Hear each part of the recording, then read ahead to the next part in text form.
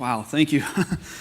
Thank you for that moment of worship. I appreciate it greatly. I wanted to let you all know as we jump in, before we jump into the word here, as we talked a moment ago with Pastor Cheryl transitioning a little bit, we do have a great volunteer team that is going to be taking over our youth leadership and led by people who have been doing it for years. And so we will continue to have a great youth program here, and it'll be largely volunteer-led. So if you think you might like to be one of those volunteers, we'd love to invite you to come and volunteer sometime. I'd love to meet with you if you'd be interested in that. So I invite you to get involved.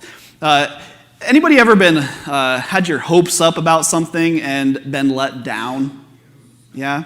That could be a serious thing, or it could be kind of a funny situation, right? It could be something where you feel really bad and it was a bad situation, or it could be something that, was just kind of a funny thing. I was born on September 5th, 1988, okay? Now, for some of you, you're thinking, who? Okay, I'm sorry. It's just the facts. I can't help it, all right? I was born September 5th, 1988, and that was Labor Day that year, okay? So appropriately, I was born on Labor Day, right? What's interesting is I have 3 siblings, and they were all born on the 22nd of a month. Isn't that strange? They were all born on the 22nd of a month, different months, obviously, but all on the 22nd of a month. And here I am, born on the 5th, born on September 5th. What's interesting about that is I'm the third to come. I've told you a little bit about my older brothers and my younger sister. And my brother Christopher is the oldest, and he already had my brother Tyler, so he had the opportunity for my mom and dad to sit him down and say, "You're going to have a baby brother," and that whole thing. It was a special moment, I'm sure, for them. I wasn't around yet, obviously. But then that happened a second time to announce to my brother Christopher and my brother Tyler that I was going to be born. And my parents took them and set them on the living room couch and said, "Hey, we have a big surprise for you, and we want you guys to know that we're going to tell you a big surprise when you get home from school today." So they went to school, and do that to a kid. They're not going to pay attention to anything that the teacher is teaching them that day, right?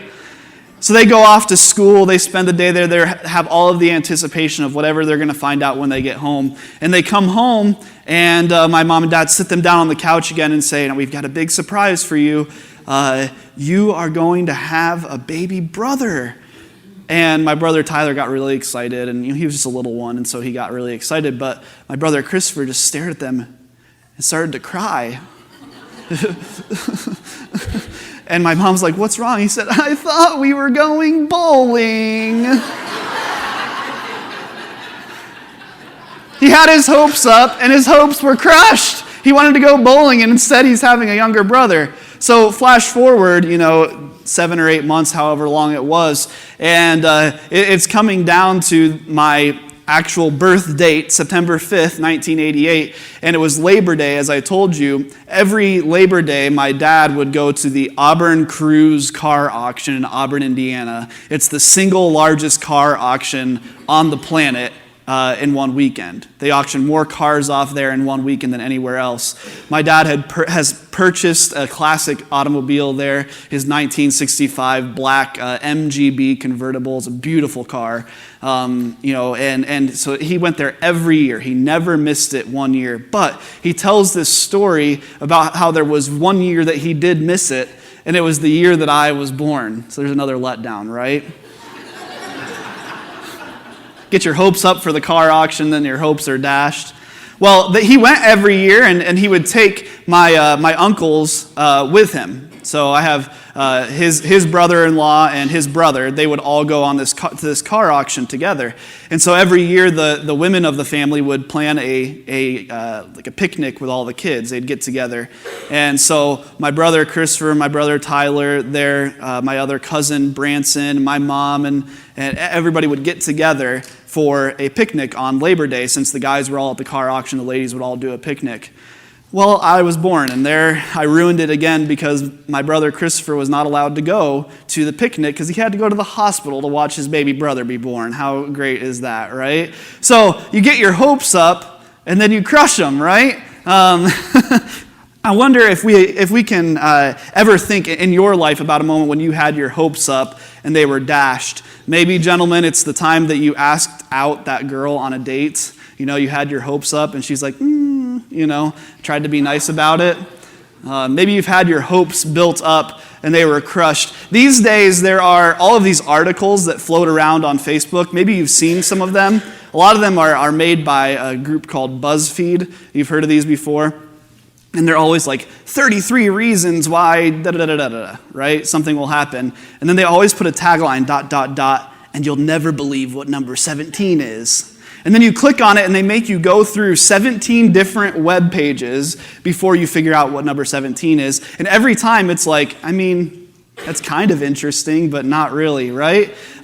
You get your hopes up and they get dashed by things. I'm a sucker for those, by the way. I'm a sucker for that. I will click 17 links until I get to that one because I want to find out what number 17 is.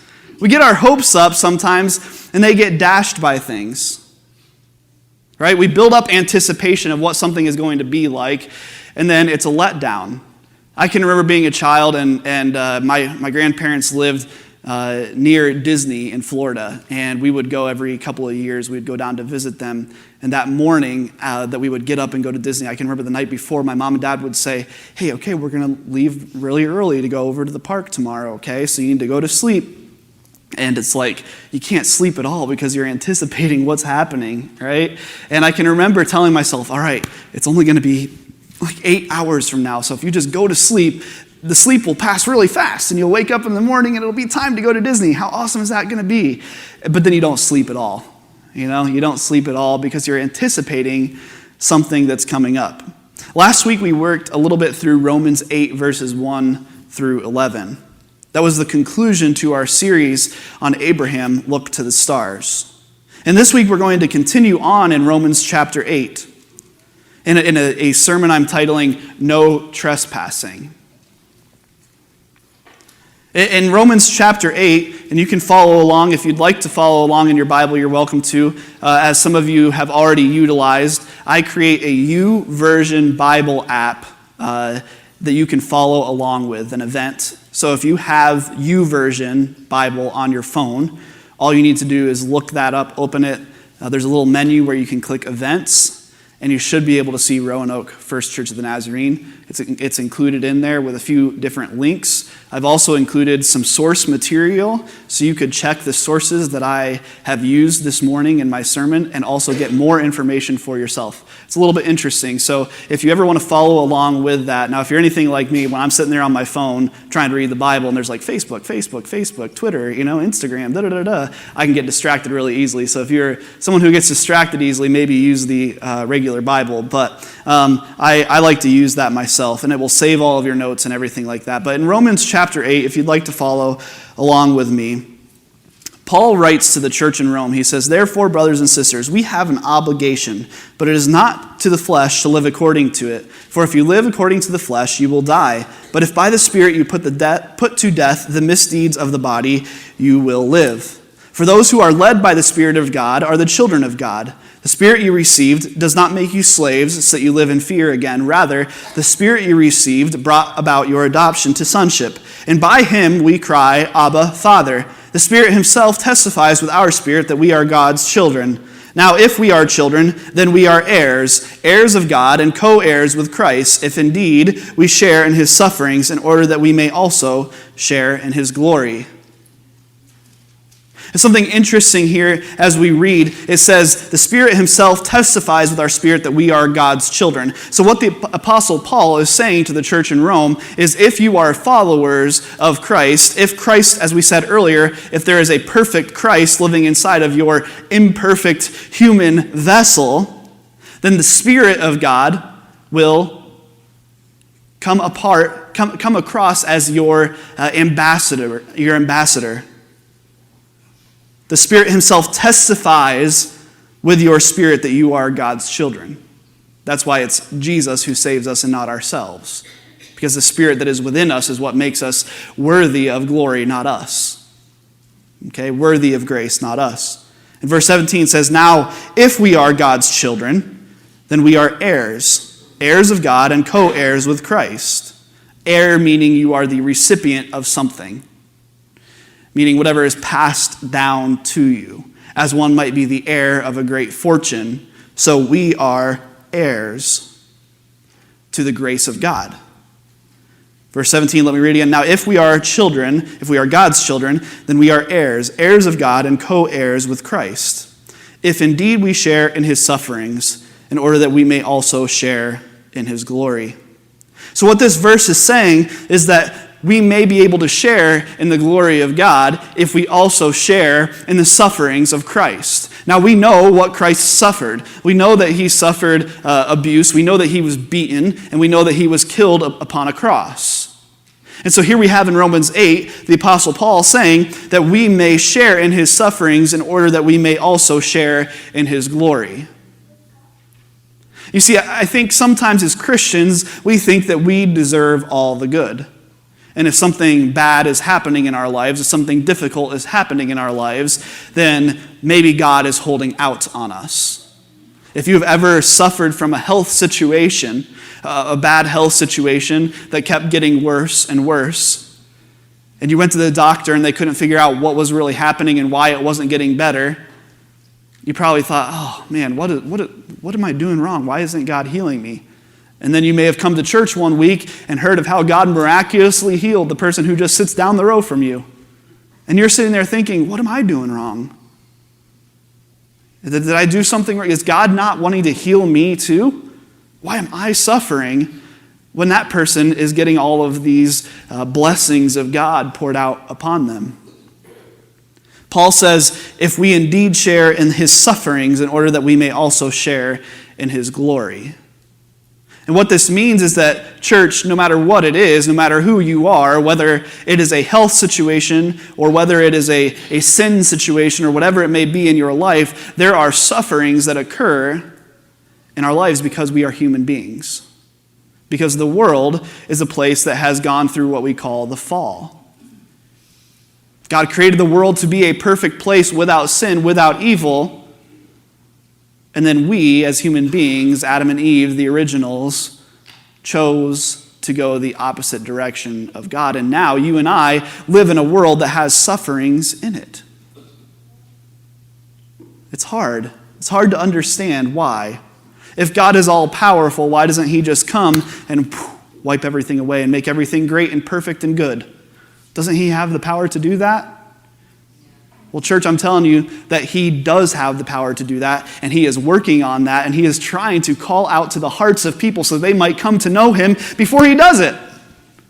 We have a promise of something coming that is better than this world.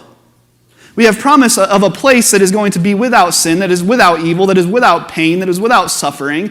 But the truth is that sometimes in this world, we must go through the sufferings to realize the glory that God has for us. As Ephesians 2 says, we all at one time had these things in our lives, but because of the glory of God, now we are held up as great examples of the richness of God's grace and mercy.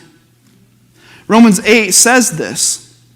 If we continue on to read into verse 18, this is titled Present Suffering and Future Glory in the NIV. Now, those aren't words that you would find in the original manuscripts, but I like that because the NIV adds it. It says present suffering and future glory, helps us understand what it is exactly that we're reading. In verse 18, it says this, Paul wrote, I consider that our present sufferings are not worth comparing with the glory that will be revealed in us. I consider that our present sufferings, whatever we may be going through now, no matter how hard, no matter how difficult, no matter how depressing, no matter how awful, they are not worth comparing with the glory that will be revealed in us. For the creation waits in eager expectation for the children of God to be revealed. To be revealed.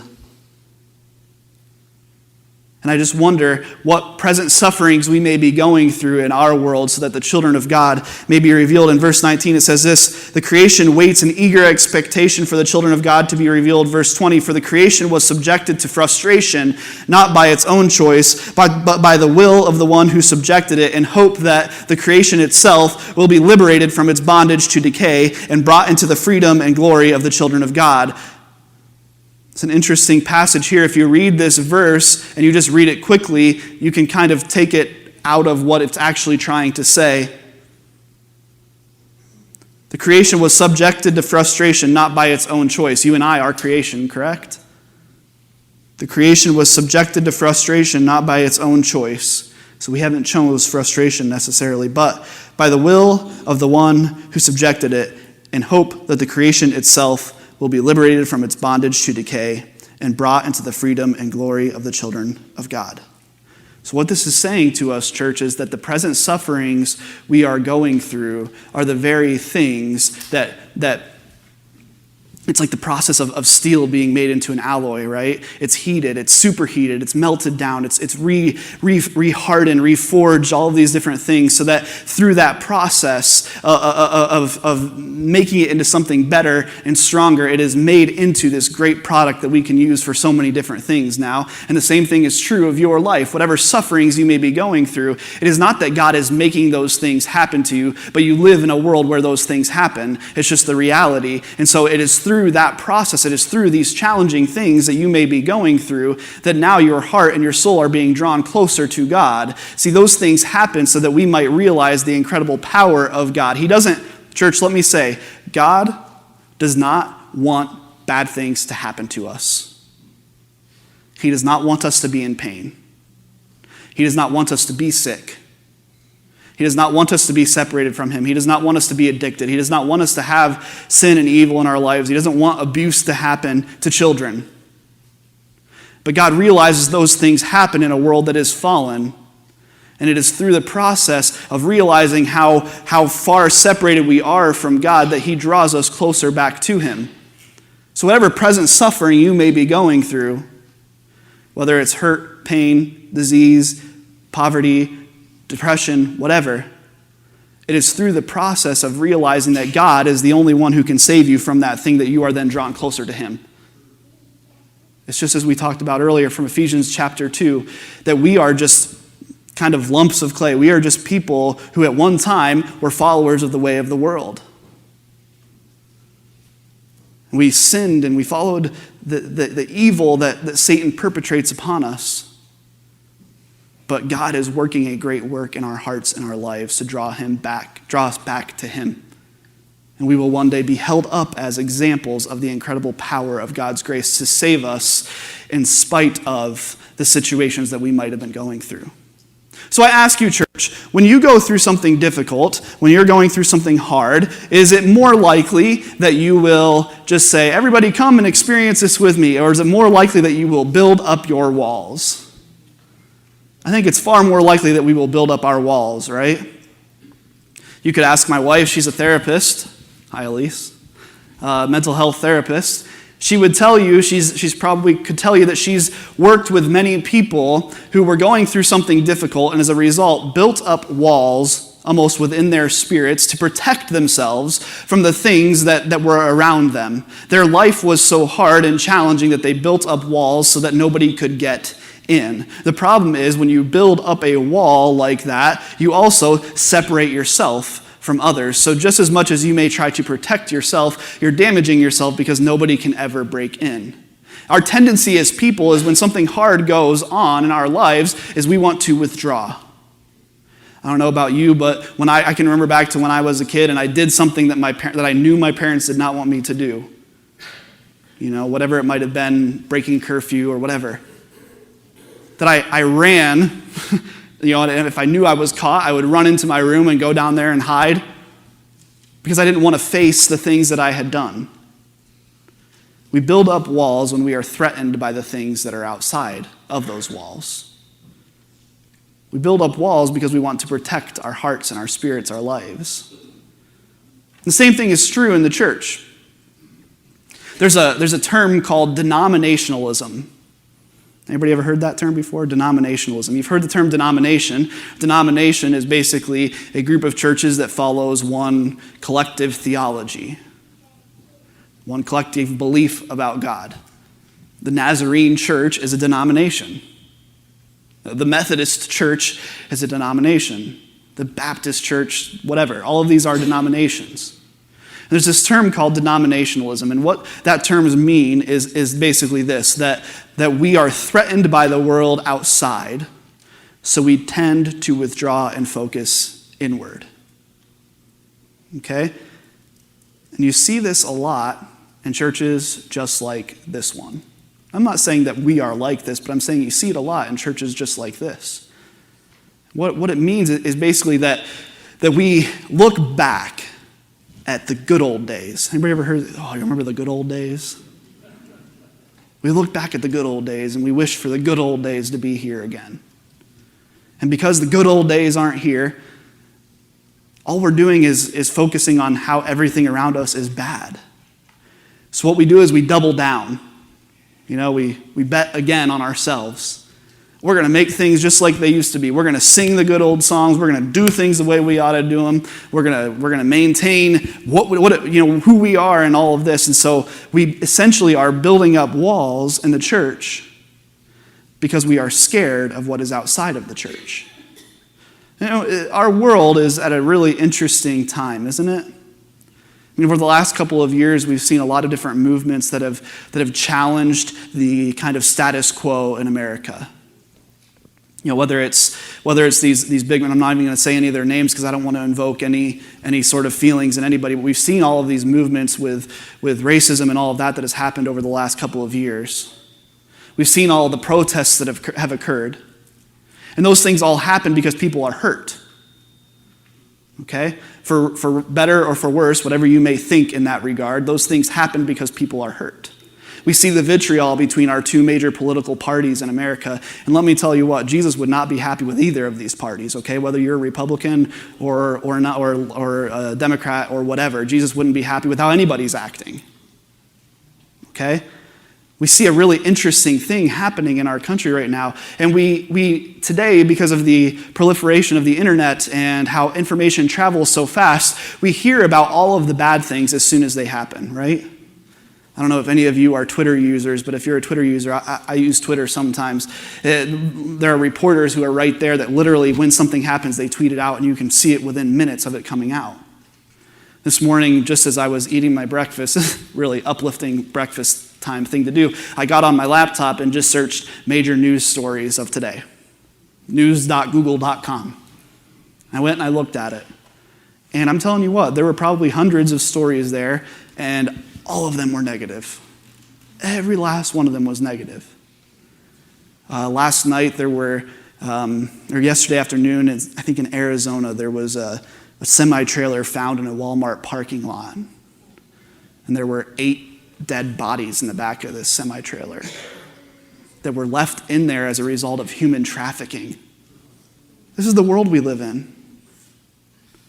If we just look at the whole thing happening with all of the deaths and all that has occurred in murders in our cities across the country, as most of you know, Elise and I moved here just shortly longer than a month ago. And our city, Indianapolis, that we moved from is like in the top 10 of murders in America. Indianapolis. I mean, people think of Indiana like, all you got there is corn, right? There was actually a theme park nearby that was called Indiana Beach. I don't know why we called it Indiana Beach. You're in Indiana, there's no beach, okay? It was called Indiana Beach, and their tagline, their phrase that they put on all their billboards and everything was literally, there's more than corn in Indiana, okay? But this is Indiana, the heartland, Hoosierland. Everybody's supposed to be nice and kind. It's the Midwest, and it's like number 7 or number 8 in murder capital of America.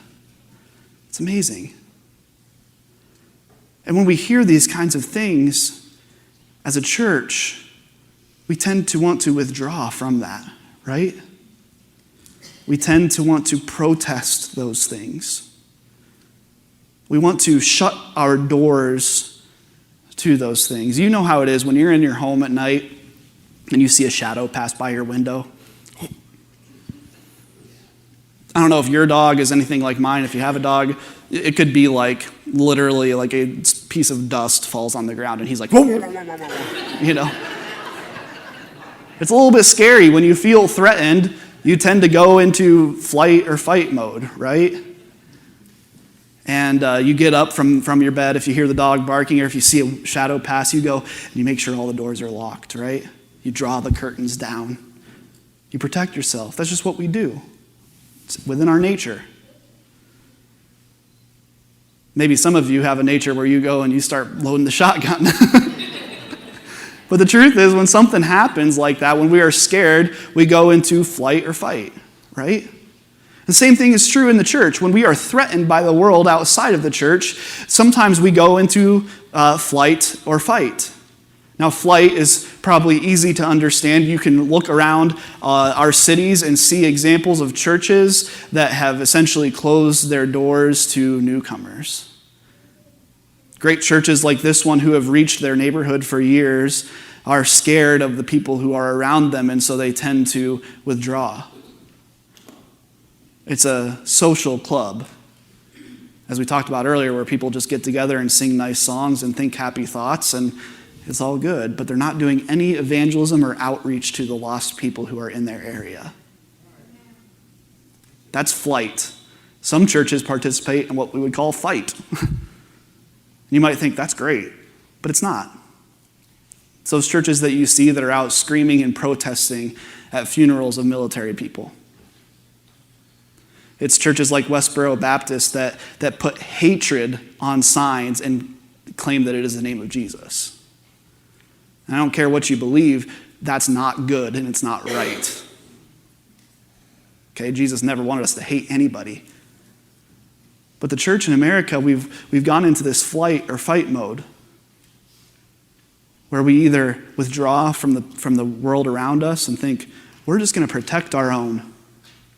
Now, how many shepherds, we always talk about Jesus being the shepherd, we always talk about the pastor being the shepherd. How many shepherds, if there's a bad storm outside, are going to take their sheep outside and start looking for other sheep from other flocks that may be lost, or other sheep that are just wandering? No, they're going to protect their sheep. They're going to take them in. They're going to protect them. They're not going to let them get hurt. But the truth is that we are living in a time of storm. And there are people all around us who need to know Jesus. But instead, as the church in America, we've gone into this flight or fight mode where we're either going to protest or we're just going to be okay with who we are and we're not going to worry about anybody else. We're just going to do our thing. When you reach sinners, things tend to get messy in your church. Okay? And we look back at the good old days and wish everything was like it was in the good old days, when every seat in the church was filled and everybody was a good person and everybody looked out for everybody. But the truth is that when you are reaching people who are not Christ followers already, your hands are going to get a little bit messy. At my last church, we had an outreach towards the teens in the neighborhood. It was an open gym basketball ministry. And for the life of me, I couldn't get anybody from my church to come and volunteer at that ministry. You know why? It's because we would go there and these guys were rough. They had no interest in God. They had no interest in following him. And they would come in and we'd have 35 to 45 guys playing there in the gym. And we'd have probably a fight every couple of months. We'd have stuff from the church get stolen. I'd hear all kinds, every curse word in the book I would hear while I was playing basketball. And they all knew that I was the pastor, right? Like they're guarding me like this, and they're like, you know. But I was reaching those boys. We would sit down for a devotional time, and they may not have believed in God at all. But while I was sharing the gospel, their eyes were locked straight on mine. It's because of what Isaiah 55 says that I know that we were getting through to them, that as the rain falls from the sky and cannot help but water the grass, so when the gospel of the Lord is spoken, it cannot help but change the hearts of people. Amen. And those boys, their lives were being changed. They didn't even know it hardly. But it was a messy situation. There were holes in the drywall, right? They would leave trash everywhere. They were cursing up a storm. One time, one of our board members, 65 years old, came to come and play basketball with us. And there's a 17-year-old kid who's like 6'3", 200 pounds. He comes driving. The guy's name from our church, his name was Art. He's like the sweetest man on the planet. Elise and I, he was our realtor. He's just the nicest person you could ever imagine. Be kind of like Marvin. Marvin, where are you at? Where are you at, Marvin? He's around here somewhere. Marvin, just the nicest guy, you know? And here's Art. He's standing in the lane, and this 6'2", 200-pound kid comes running down the lane, dribbling between his legs, goes up like this, not to dunk. I don't think he could dunk, but he was right on the verge of being able to. He put his knees forward and hit Art straight in the chest, and Art went boom on his back and rolled over 3 times. I thought, boy, we might have to call an ambulance. Art got up, and he could barely talk. The wind knocked out of him, and he ended up going home. And we had lunch a couple days later together, and he said, you know, Cam, I don't think I can keep up with these guys to play basketball.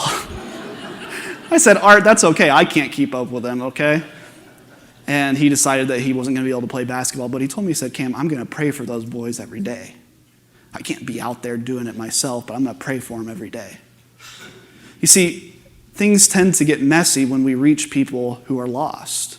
They may not know what it means to be a Christian. They may not understand what the good old days were. Okay? They may not remember those days because they weren't there. But the truth is that if we as a church build up our walls, then we are shutting people out as much as we are trying to protect ourselves. And those are people that God wants to have in heaven with him. Okay? It's as simple as that. It's as simple as that. I want to move on to Matthew chapter 13, if you would with me. Jesus told the people a parable in Matthew chapter 13, verse 24. It comes right after the parable of the sower, the very familiar passage. It says this, the kingdom of heaven is like a man who sowed good seed in his field. But while everyone was sleeping, his enemy came and sowed weeds among the wheat and went away. When the wheat sprouted and formed heads, then the weeds also appeared.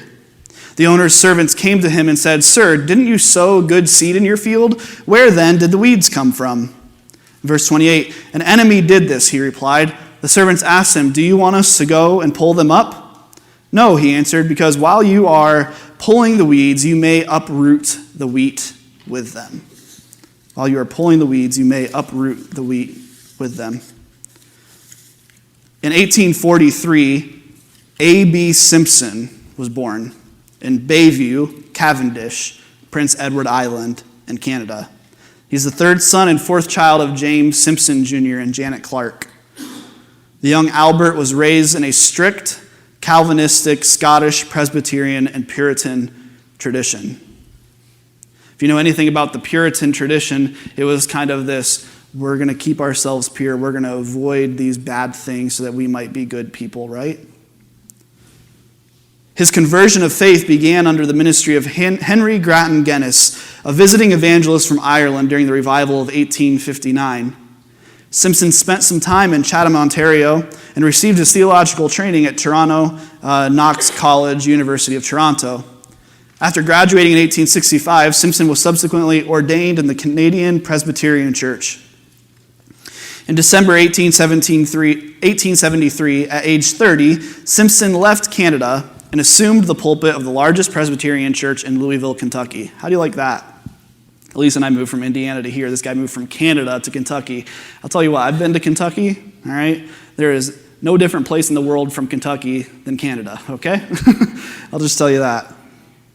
He moved to the largest Presbyterian church in Louisville, Kentucky, the Chestnut Street Presbyterian Church. It was in Louisville that he first conceived of preaching the gospel to the common man by building a simple tabernacle or church structure for that purpose. Despite his success at the Chestnut Street Church, Simpson was frustrated by their reluctance to embrace his burden that God had placed on his heart for the wider evangelistic endeavor of reaching sinners in Louisville. In 1880, Simpson was called to the 13th Street Presbyterian Church in New York City. This is one of the most influential churches in all of New York City. 13th Street Presbyterian Church. It was a very, very large church, very well established. He immediately began reaching out to the world with the gospel when he went to be the pastor in that church. By 1881, after only 2 fruitful years at 13th Presbyterian, he resigned in order to begin an independent gospel ministry to the many new immigrants and the neglected masses of New York City. Maybe as some of you may share this story, my family, my great-grandmother, she came to America during this time through Ellis Island. And this is a time when America was growing in population because people were immigrating and coming to our country. And here was A.B. Simpson, who was reaching out to the immigrants and the newcomers, the lost, the poor in New York City. What this doesn't say is that he was essentially run out of his church because this large Presbyterian church that had a lot of people who had been going to church there forever, that probably remembered the good old days, all of a sudden had a whole bunch of miscreants sitting in their back rows. A whole bunch of people who just didn't know what church was, didn't really know what it meant to be a God follower. It was rough. Probably people were talking a lot while he was preaching. Probably babies crying and all that. He was there for 2 years and he left. He left that church. In 1882, Simpson began teaching classes to reach the neglected peoples of the world with the neglected resources of the church. By 1883, he had started what is now known as Nyack College and Alliance Theological Seminary in the heart of New York City. In 1889, Simpson and his church family moved into their new home at the corner of 44th Street and 8th Avenue called the New York Gospel Tabernacle.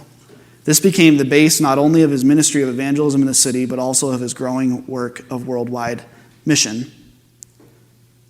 A few years ago, Elise and I went to visit New York City. My parents live in upstate New York. And we went to visit them in upstate New York for one of the days. We drove into the city to just go see the city. Neither of us had been there since we were in high school. And we were on our way to go see some kind of Broadway play or something like that, and we were hungry. So we stopped at this place called John's Pizzeria at 8th Street and 44th Avenue in New York City, right there near Broadway. And we walked in, and it was kind of a curious room. It looked like a normal building, but when you walked in, it was really low ceiling. And as you walked through, all of a sudden you were in a huge auditorium. And it felt like an old church to me, you know? And I was like, man, this is a really interesting building. They had stained glass windows just like these all around the room. And if you looked up above you, there was a beautiful stained glass ceiling up on the roof. You could see through to the daylight. It was incredible. I thought, man, what is the deal with this? So I started looking around, and I saw on the wall a plaque that had a picture in it. And it showed this auditorium, this sanctuary, tabernacle. And on the back wall, right behind where the pastor would have been preaching, were written the words, "Holy, holy, holy." And I thought, boy, holy, holy, holy, that is holiness, that's a sanctification message. I want to figure that out. So I started researching this and trying to determine what this was. John's Pizzeria is in the New York Gospel Tabernacle. In 1990, they decided to get up and move their headquarters from New York City to Colorado. But you know what's really interesting about that? Is that this place that was the heart of reaching the neglected and the outcast, the immigrant, the person who maybe didn't look the best or smell the nicest or whatever, this building, this church that was the heart of that mission in New York City was now a pizza place. And it broke my heart a little bit. I started researching and I kept researching, and I found that A.B. Simpson would later go on to start what we now know as the Christian and Missionary Alliance Church. Christian and Missionary Alliance is one of our sister denominations in the Church of the Nazarene, a holiness Wesleyan-based denomination. You see, they had run out of money, so they couldn't keep that New York Gospel Tabernacle open anymore because it was so expensive to stay in New York. In 1990, they ended up closing their doors and moving to Colorado, and what they did is they sunk all of their money into evangelistic outreach to reach the neglected and lost people all around the world. And now the Christian Missionary Alliance, one of the smaller denominations in America as a whole, is known as one of the most mission-based evangelistic denominations on the planet. And there are literally thousands, probably hundreds of thousands of people who are going to be in heaven one day because of these people. You see, they had a big, beautiful building with incredible stained glass. And what they said is, this doesn't matter to us so much as reaching lost people. When I went into that building, I thought, oh, this is a sad story of a church giving up.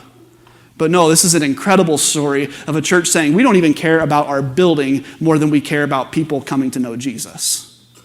It's an incredible story because what they did, instead of building up walls, in 1990s New York was not a nice place to be. I don't know if you know that or not, but it was not a great place to be. There was a lot of crime. And instead of building up their walls, what they did is they sold them. They sold the walls. They sold the church, and they used the money to reach people for Jesus. They were sold out people. They said the most important thing to us is that people would come to know Jesus. Nothing else is so as important as this. In Matthew chapter 13, we read this really interesting passage that says the parable of the weeds. The parable of the weeds, later Jesus goes on to explain it. And what he says is this, that if you went and pulled the weeds in that field, you would pull out the wheat with them. He says, allow me to be the judge of what's going to happen at the end of days.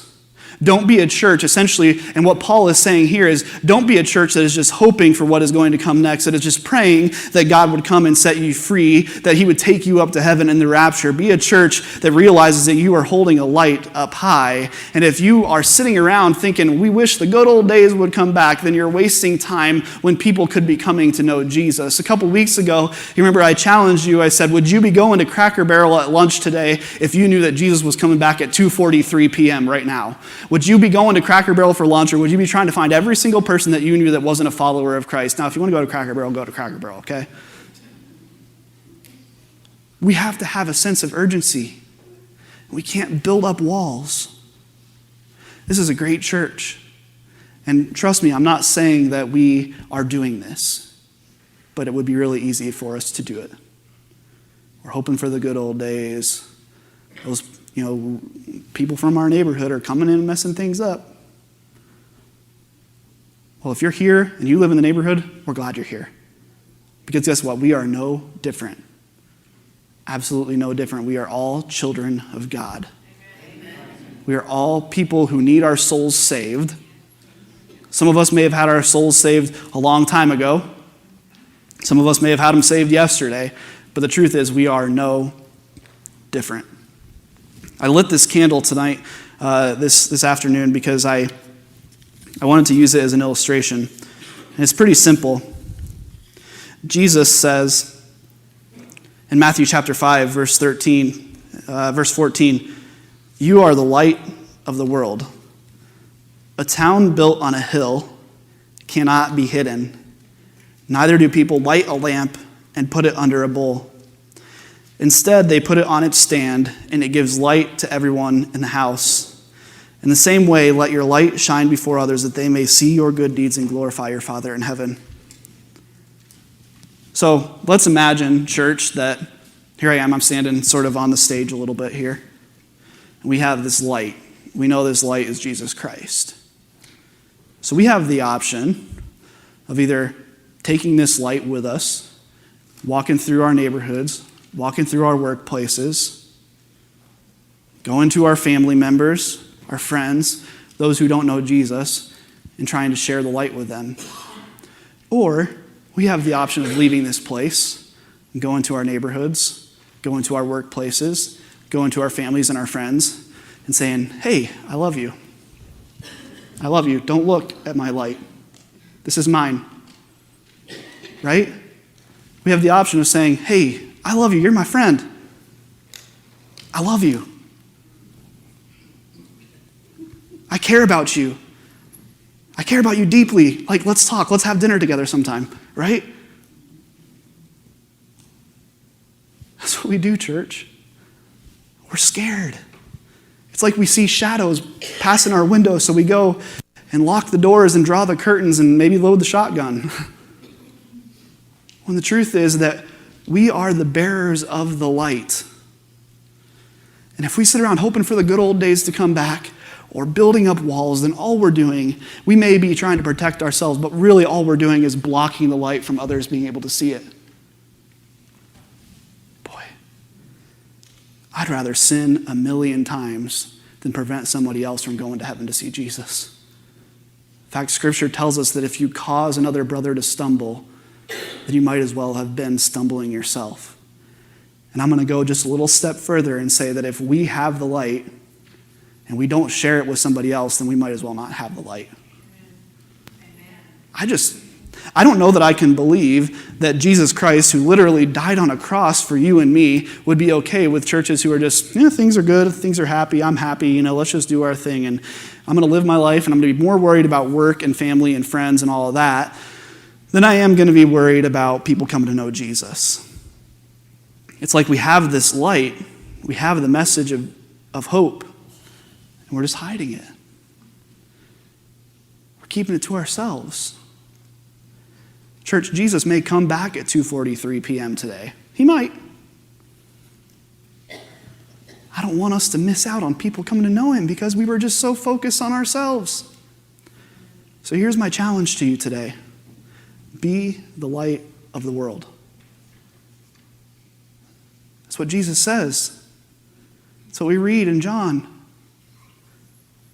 That's what we read here in Matthew chapter 5, that you are the light of the world.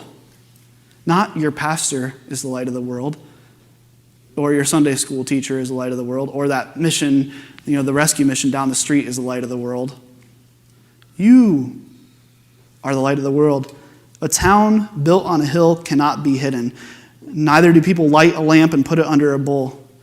Instead, they put it on its stand so it would give light to everyone in the house. In the same way, let your light shine before others that they may see your good deeds and glorify your Father in heaven. So, here's my challenge as we wrap things up, and is this.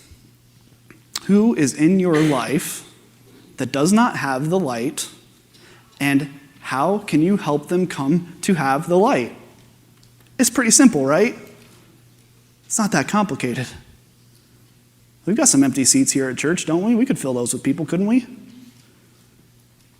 How can you be the light of the world to the lost in your context? Because I would much rather be someone who holds it up like this and has people reject me because they think I'm some crazy Jesus person than to be the person who's just doing this all the time. Right? You were worried about what people would think about you or their eternal souls. So let that be your challenge. As we wrap up here, Paul says this: we know that the whole creation has been groaning as in pains of childbirth right up to this present time. Not only so, but we ourselves, who have the Spirit, groan inwardly as we eagerly await our adoption to sonship and the redemption of our bodies for the time that we get to be with Jesus again. For it's in this hope that we were saved. But hope that is seen is no hope at all. Who hopes for what they already have? But if we hope for what we do not yet have, we wait for it patiently. We shouldn't be people who look at the past. We should be people who look at the hope of the future of souls being saved by Jesus Christ. And remember this, it's not you who does it. It's a perfect Christ who is living inside of you. And that's what the light is. So this week, as you go, I want to encourage you to realize that you are the light of the world. And a light cannot be hidden. It should be placed